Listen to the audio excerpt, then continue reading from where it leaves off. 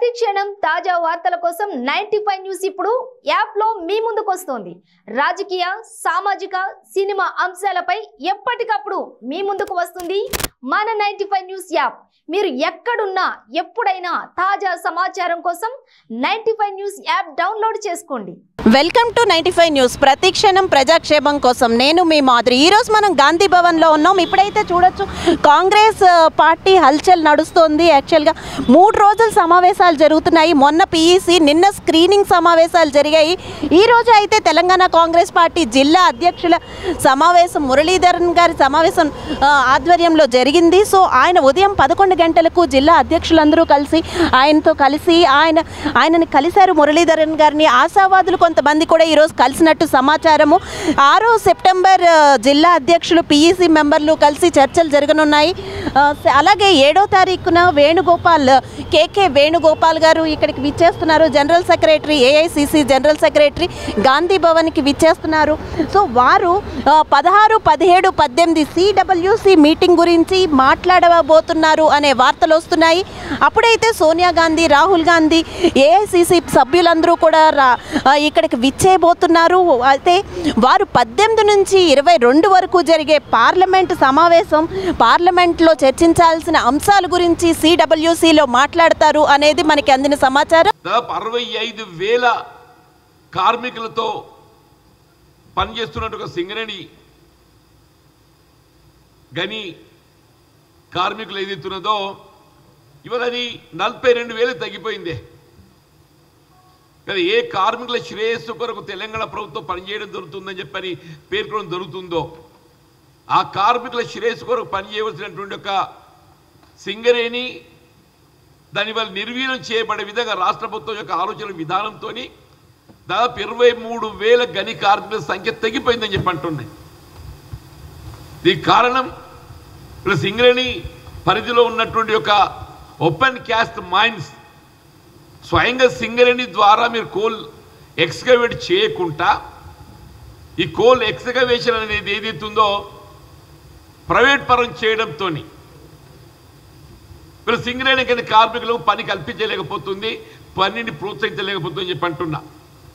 వీళ్ళు ఇందారమే కానీ, భూపాలపల్లి కానీ, కిష్టారం కానీ, సత్తుపల్లి కానీ ఇవన్నీ కూడా ఏదైతుందో ఈ మైన్స్ అన్నీ కూడా కోల్ ఎక్స్కవేషన్ ప్రైవేట్ పరం చేయడంతో ఏదైతుందో ఈ సమస్య ఉత్పన్నమవుతుందని చెప్పంటున్నాం. ఇవాళ సింగరేణి అంటే కోల్ మైన్స్ సంబంధించి ఏదైతుందో కేంద్ర ప్రభుత్వంతో ఆనాడు తెలంగాణ ప్రభుత్వం ఏదైతుందో వాళ్ళు ఉమ్మడిగా పన్నిన కుట్ర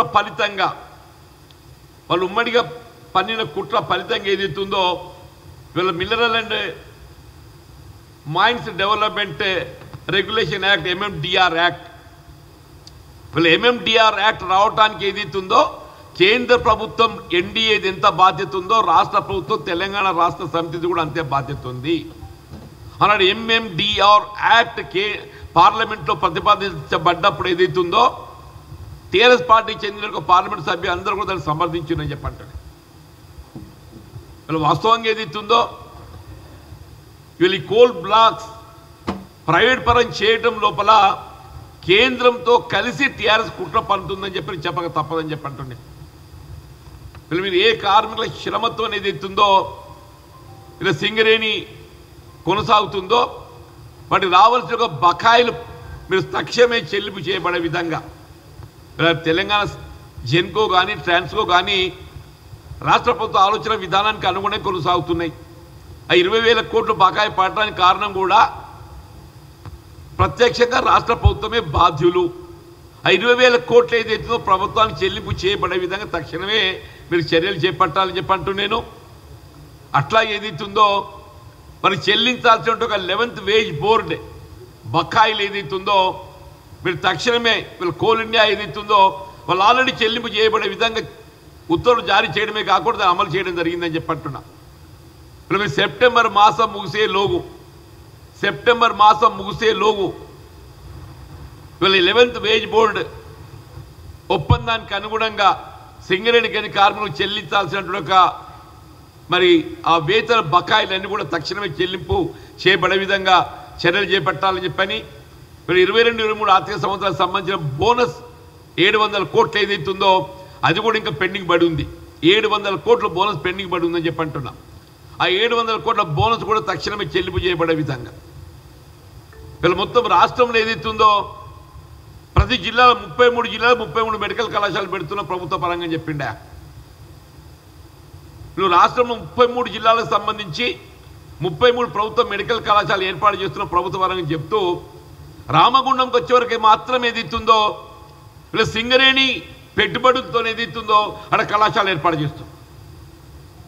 మొత్తం రాష్ట్రం 32 జిల్లాలలో ఏదైతున్నదో ప్రభుత్వ పెట్టుబడులతో మెడికల్ కళాశాల ఏర్పాటు చేస్తే రామగుండంకి వచ్చేవరకు ఏదైతుందో 500 కోట్ల ఆర్థిక భారం ఏదైతుందో 500 కోట్లు ఇది ఆరంభం మాత్రమే చెప్పంటున్నాను. 500 కోట్ల ఆరంభం మాత్రమే చెప్పంటున్నాను. నేను మెడికల్ కళాశాల ఇక్కడ సింగరేణి యాజమాన్య పెట్టుబడితోని ఏర్పాటు చేస్తుంది.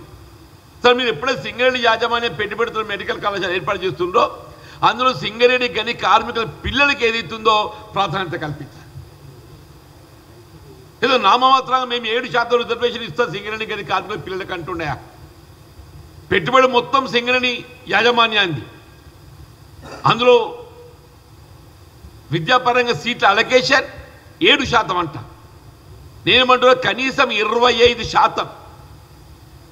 ఏ సింగరేణి యాజమాన్య పెట్టుబడులతో కళాశాల నిర్మింపబడుతుందో ఆ కళాశాలలో చేరిక అడ్మిషన్ ప్రక్రియ సింగరేణి గని కార్మికుల పిల్లలకు కనీసం 25% రిజర్వ్ చేసి దాన్ని తక్షణం అమలు చేయబడే చర్యలు చేపట్టాలని చెప్పినటువంటి ఒక అంశం మేము తీవ్రంగా భావిస్తూ దాన్ని ఈ విద్యా సంవత్సరంకి వెళ్ళి అమలు చేయాలని చెప్పని కూడా డిమాండ్ చేస్తున్నాం.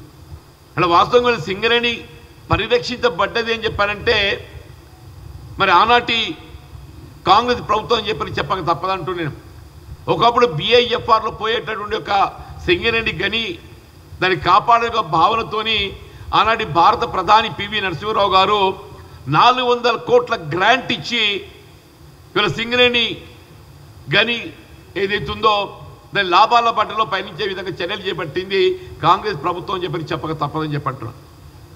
ఆ ఫలితం కార్మికులకు చెందాలి, ఆ ఫలితం కార్మికులకు చెందాలి, ఆ లాభాలన్నీ కార్మికులకు చెందాలి.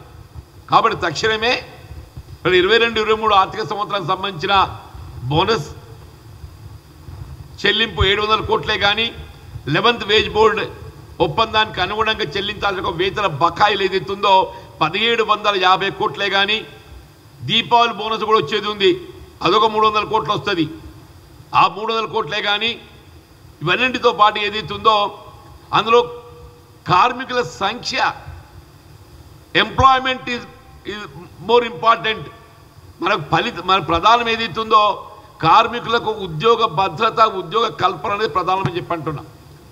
రాష్ట్రం ఏర్పడ్డ నాడు ఉన్నటువంటి ఒక 62,000 పైచిలకు ఉన్నటువంటి కార్మిక సంఖ్య 45,000 పడిపోయింది.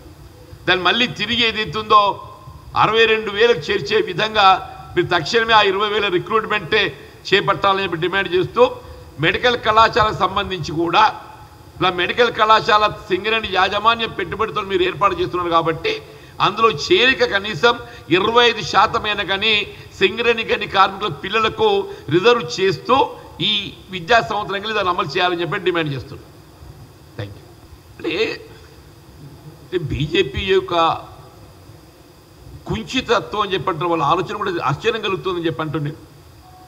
ఇలా జాతీయ స్థాయిలో తలపెట్టేటువంటి వర్కింగ్ కమిటీ తెలంగాణ రాష్ట్రంలో నిర్వహింప చేయాలని చెప్పి తలొచ్చి దాని ముగింపు సందర్భంగా ఏదైతే బహిరంగ సభ పబ్లిక్ మీటింగ్ ఏర్పాటు చేయాలని సంకల్పించి వీళ్ళ ప్రదేశ్ కాంగ్రెస్ ఆల్రెడీ 3 రోజుల క్రితం ఏదైతుందో ఆ పరేడ్ గ్రౌండ్ వినియోగాన్ని అనుమతి కొరకు అప్లై కూడా చేసింది 3 రోజుల క్రితం.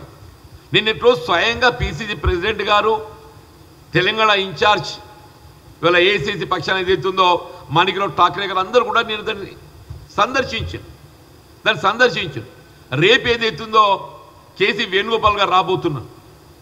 ఈ పరిస్థితులలో ఈ సందర్భంగా ఆయన ఇవాళ కిషన్ రెడ్డి గారు మెల్లిగా మేము కూడా 70th నాడు ఏదైతుందో మేము విమోచన దినం నిర్వహించుకోవాలని చెప్పి నిర్వహించుకో ఎవడంటుండే గ్రౌండ్ తక్కువేనయా మళ్ళీ పరేడ్ గ్రౌండ్ నువ్వు రిజర్వ్ చేసి పెట్టుకున్నావా? నువ్వు పరేడ్ గ్రౌండ్ నువ్వు రిజర్వ్ చేసి పెట్టుకున్నావా? First come first serve. Congress party ముందస్తుగా మేము అనుమతి కోరినాం కాబట్టి ఏదైతుందో వీళ్ళు ముందస్తుగా దాని ప్రియారిటీ మాకు ఇవ్వాలి, కాంగ్రెస్ పార్టీకి ఇవ్వాలి. మీరు కూడా పెట్టుకోండి మీటింగ్, నిజాం కాలేజ్ గ్రౌండ్లో పెట్టుకుంటారా, ఇంకా సరిహద్దులు ఎక్కడ పెట్టుకో పెట్టుకోండి. అంతేగాని ఏదైతుందో కాంగ్రెస్ పార్టీ ఏదో సమావేశాలు పెట్టుకొని మరి ప్రాజెక్ట్ కాబోతుంది, మరి తెలంగాణ రాష్ట్రం అంతా కాంగ్రెస్ పార్టీ విస్తరించబోతున్నది కాబట్టి ఏదో దాన్ని ఏ విధంగా ఆటంకాలు ఏర్పరుస్తానంటే ఒక కుంచిత తత్వము ఇది సరైనది కాదు అని చెప్పని పేర్కొంటాం.